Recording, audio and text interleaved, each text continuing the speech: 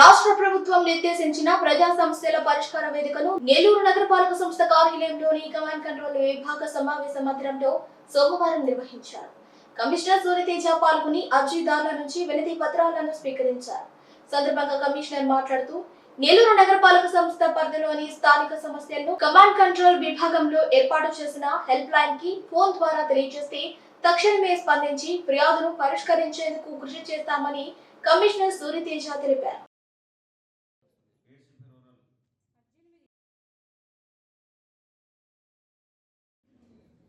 రాష్ట్ర ప్రభుత్వం నిర్దేశించిన ప్రజా సమస్యల పరిష్కార వేదికను నెల్లూరు నగరపాలక సంస్థ కార్యాలయంలోని కమాండ్ కంట్రోల్ విభాగ సమావేశ మందిరంలో సోమవారం నిర్వహించారు.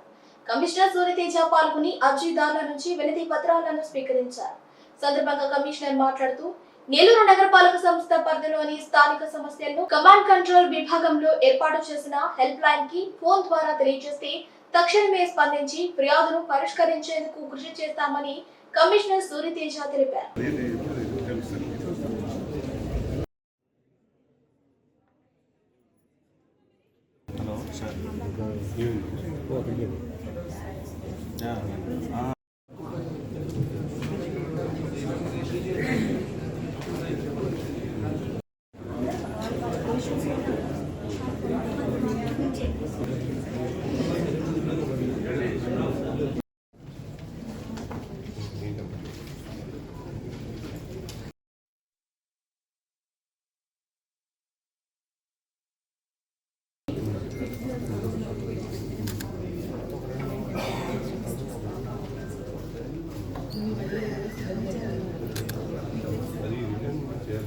ఈరోజు నెల్లూరు నగరపాలక సంస్థ కార్యాలయంలో ప్రజా సమస్యల పరిష్కార వేదిక ఈరోజు సోమవారం ఉదయం నిర్వహించడం జరిగింది. దీంట్లో మాకు ఈ 12:30 వరకు 23 అర్జీలని స్వీకరించడం జరిగింది. ఇంకో 10 అర్జీలు కూడా స్వీకరించడం జరుగుతుంది. ఈ అన్నీ కూడా ఏవైతే మనకి ఈ పీజీఆర్ఎస్లో నమోదవుతున్న గ్రీవెన్సెస్ అన్నీ కూడా కన్సర్న్డ్ ఆఫీసర్స్ ఫీల్డ్ విజిట్స్ చేయడం జరుగుతుంది. ఆ లొకేషన్కి వెళ్ళటం త్వరితగతిన పరిష్కరించడానికి అక్కడ తీసుకోవాల్సిన చర్యలు కూడా తీసుకోవడం జరుగుతుంది. అది కూడా ప్రతి వారం దీని మీద రివ్యూ చేసుకొని వెంటనే విత్ ఇన్ ఎస్ఎల్ఏనే ఇవన్నీ కూడా క్లోజ్ చేయడం కూడా జరుగుతుంది. అలానే ఈ విజిట్స్ అప్పుడు కూడా అంటే మన మార్నింగ్ విజిట్స్ అప్పుడు కానీ ఏవైతే గ్రీవెన్సెస్ వచ్చినాయో వీటికి కూడా విజిట్ చేసి చేయడం జరుగుతుంది. అందరికీ ప్రజలందరికీ కూడా already WhatsApp numbers help line numbers కూడా ఉంది. దాంట్లో వచ్చిన గ్రీవెన్సెస్ కూడా త్వరితగతిన సాల్వ్ చేయడం జరుగుతుంది. సో ఈ ఫెసిలిటీ అందరూ వాడుకోవాలని చెప్పి కోరుకుంటున్నాం. ఇప్పుడు ఏదైతే రెవెన్యూ సెక్షన్కి సంబంధించి ఉందో మనకి రెవెన్యూ కలెక్షన్ ఇంకా పెరిగింది. రీసెంట్గా కొత్తగా ఆర్ఐస్ జాయిన్ అయిన తర్వాత రెవెన్యూ పెరిగింది. అది ప్లస్ మనకి ఇంకా పెరగాలన్న ఉద్దేశంతో ఆల్రెడీ మనం హౌస్ టు హౌస్ కూడా ఏవైతే మన పోస్టల్లో నోటీసెస్ పంపించడం కూడా స్టార్ట్ చేయడం జరిగింది. సో దట్ ఎవరికి ఎంత బాకీ ఉందని తెలియడానికి అది కూడా చేయడం జరిగింది. అలానే ఈఆర్పి గురించి చెప్తా ఉన్నారు. మనకి ఏదైతే అండర్ అసెస్డ్ అన్అసెస్డ్ ఉన్నాయో ఆ అండర్ అసెస్డ్ అన్అసెస్డ్ బిల్డింగ్స్ అన్నీ కూడా వాళ్ళు నోటీస్ చేసి ఈఆర్పీలో అప్డేట్ చేయాలి. అప్డేట్ చేసినప్పుడు వివిధ లాగిన్స్ అంటే RI login, RO login, DC login దాటిన తర్వాత అది ఈఆర్పీలో అప్డేట్ అవుతుంది. సో ఆ దశల్లో ఉన్నాయి. ఇవన్నీ కూడా ఇప్పటిదాకా ఎంటర్ చేయకపోవడం అంటే ముందు కొన్ని నెలల్లో ఇవన్నీ కూడా ఈఆర్పీలో ఎంటర్ చేయకపోవడం వల్ల ఉన్నాయి. ఈ కొత్తగా ఎంటర్ చేస్తున్నారు. అంటే ఇవన్నీ కూడా ఇప్పుడు హౌస్ టు హౌస్ సర్వే పొద్దున్న 8:30 నుంచి స్టార్ట్ చేసి అడ్మిన్స్ వెళ్తున్నారు. సో వెళ్ళటం వల్ల వాళ్ళు ఐడెంటిఫై చేస్తున్నారు. ముందు ఐడెంటిఫై చేయలే. సో చేయనప్పుడు అసలు మీకు ఆ ఫైల్సే ఉండవు. ఇప్పుడు ఐడెంటిఫై చేశారు కాబట్టి అది ఆర్ఐ లాగిన్లో ఉంటుంది. ఆర్ఐ లాగిన్ తర్వాత ఆర్ఓ లాగిన్కి వస్తుంది. ఆర్ఓ లాగిన్ తర్వాత డీసీ లాగిన్లోకి ఉంటుంది. సో అది అప్డేట్ అవ్వగానే మనకి ఆ పోర్టల్లోనే అప్డేట్ అవుతుంది. అంటే సో మనకి ఉండాల్సిన ట్యాక్స్ అప్డేట్ అవ్వటం క్లియర్గా అన్ఎస్ఎస్డ్ కానీ అండర్ ఎస్ఎస్ కానీ అప్డేట్ అవటం జరుగుతుంది. ఎక్కడైతే అనాథరైజ్డ్ కన్స్ట్రక్షన్స్, అనాథరైజ్డ్ అంటే కాలో ల్యాండ్స్లో అనాథరైజ్డ్గా బిల్డింగ్స్ 2-3 ఫ్లోర్ల బిల్డింగ్స్ కట్టున్నారు. వివిధ కారణాలు అంటే ఇప్పుడని కాదు, రీసెంట్ ఇయర్స్ కాదు, 10 ఏళ్ల ముందు కట్టుండొచ్చు, ఎప్పుడైనా కట్టుండొచ్చు. సో వాటికి పన్ను విధించి రేపు కోర్టులో ఆ నోటీస్ చూపించి మాకు నగరపాలక సంస్థ పన్ను వేసింది కాబట్టి ఇది మాకు హక్కు ఉంది అని చెప్పడానికి అలా నా పన్ను కట్టరు మళ్ళీ. సో ఇలాంటి చేయడానికి అది నిబంధనలకు విరుద్ధంగా ఉంటుంది. కాబట్టి ఏవైతే ఖచ్చితంగా ఆథరైజ్డ్గా వాళ్ళ ల్యాండ్కి అంటే అది పట్టా ఇచ్చిన భూమైనా ఉండొచ్చు, వాళ్ళు కొనుక్కున్న భూమైనా ఉండొచ్చు, ఎవరైతే ఎప్పుడైనా పన్ను వేయాలంటే ఆథరైజ్డ్ ల్యాండ్ అయి ఉండాలి. అంటే ఆ భూమి మీద హక్కు ఉండాలి. ఆ భూమి మీద హక్కు ఉన్న అందరికీ కూడా ఖచ్చితంగా ప్రాపర్టీ ట్యాక్స్ ఆల్రెడీ మన అన్అసెస్డ్ ఇప్పటికే ఒక 400 పైన ఇవి గుర్తించి వాళ్ళకి పన్ను విధించడం కూడా జరుగుతుంది. అది వాళ్ళకి కూడా బెనిఫిటే. ఎందుకంటే వాళ్ళకి ఓనర్‌షిప్ కాకపోయినా కనీసం పన్ను కడుతున్నారన్న ఓనర్‌షిప్ చూపియడానికి ఉంటది కాబట్టి ఖచ్చితంగా అవి కూడా చేస్తాం. కానీ ఏదైతే ఆక్యుపై చేసి కొన్నిసార్లు బిల్డింగ్స్ 2, 3 ఫ్లోర్‌లు కట్టినవి ఉంటాయి. ఖచ్చితంగా అక్కడ ఇది చేయడానికి మాత్రం నిబంధనలు, ఎందుకంటే ల్యాండ్ వాళ్ళది కాదు కాబట్టి ఇది చేయడానికి ఉండదు. ఈరోజు ఉదయం కూడా మనం మార్నింగ్ శానిటేషన్ విజిట్ కూడా చేయడం జరిగింది. వార్డ్స్ లో శానిటేషన్ విజిట్స్ చేయడం జరిగింది.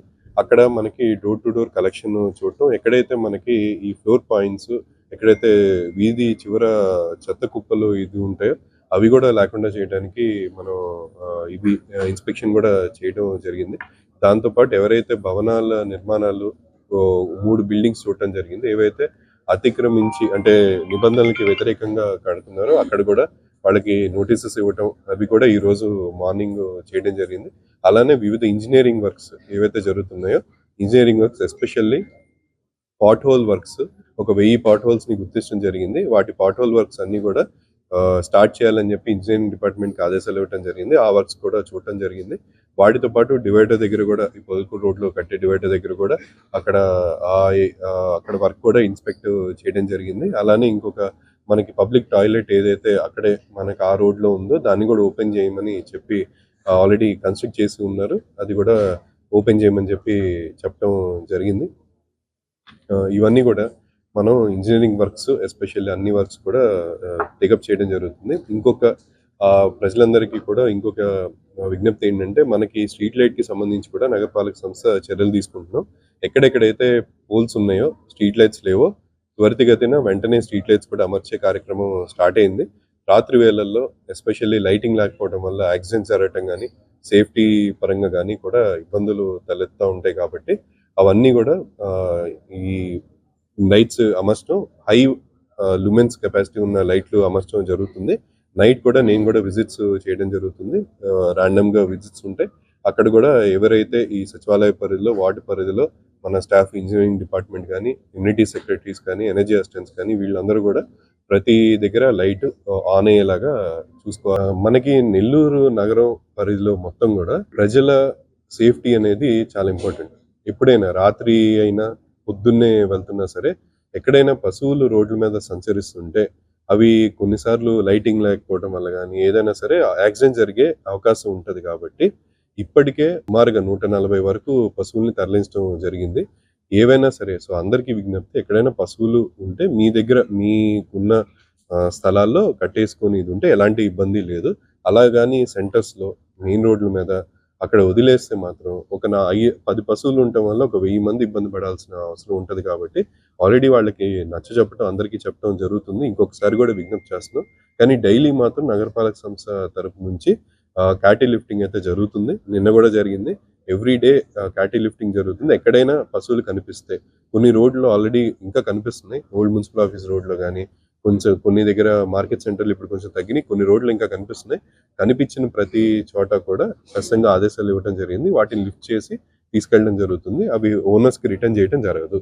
అందుకని అందరూ కూడా వాళ్ళ దగ్గర వాళ్ళ పశువులను జాగ్రత్తగా వాళ్ళ దగ్గర పెట్టుకొని ఎన్ని పశువులైనా సరే వాళ్ళు పోషణ చేసుకోవచ్చు, ఇబ్బంది ఏం లేదు. కానీ బయట రోడ్డు మీద వెళ్తే మాత్రం మిగతా వాళ్ళకి ఇబ్బంది అవుతున్న కారణంగా మేము లిఫ్ట్ చేయాల్సి వస్తుంది. ఇప్పుడు మనకి నగరంలో శానిటేషన్ ఇంప్రూవ్ చేయడానికి కానీ, సెక్యూరిటీ పెంచడానికి కానీ, లేకపోతే వివిధ ఇప్పుడు రైన్ఫాల్ జరుగుతున్నప్పుడు ఇనండేషన్ అయిందా లేదా అని చెక్ చేసుకోవడానికి కానీ, ఇలా వివిధ రూపాల్లో మనకి కమాండ్ కంట్రోల్ రూమ్కి ఇంటిగ్రేట్ చేయడానికి సీసీ కెమెరాలు పెద్ద ఎత్తున పెట్టాలని నిర్ణయించడం జరిగింది.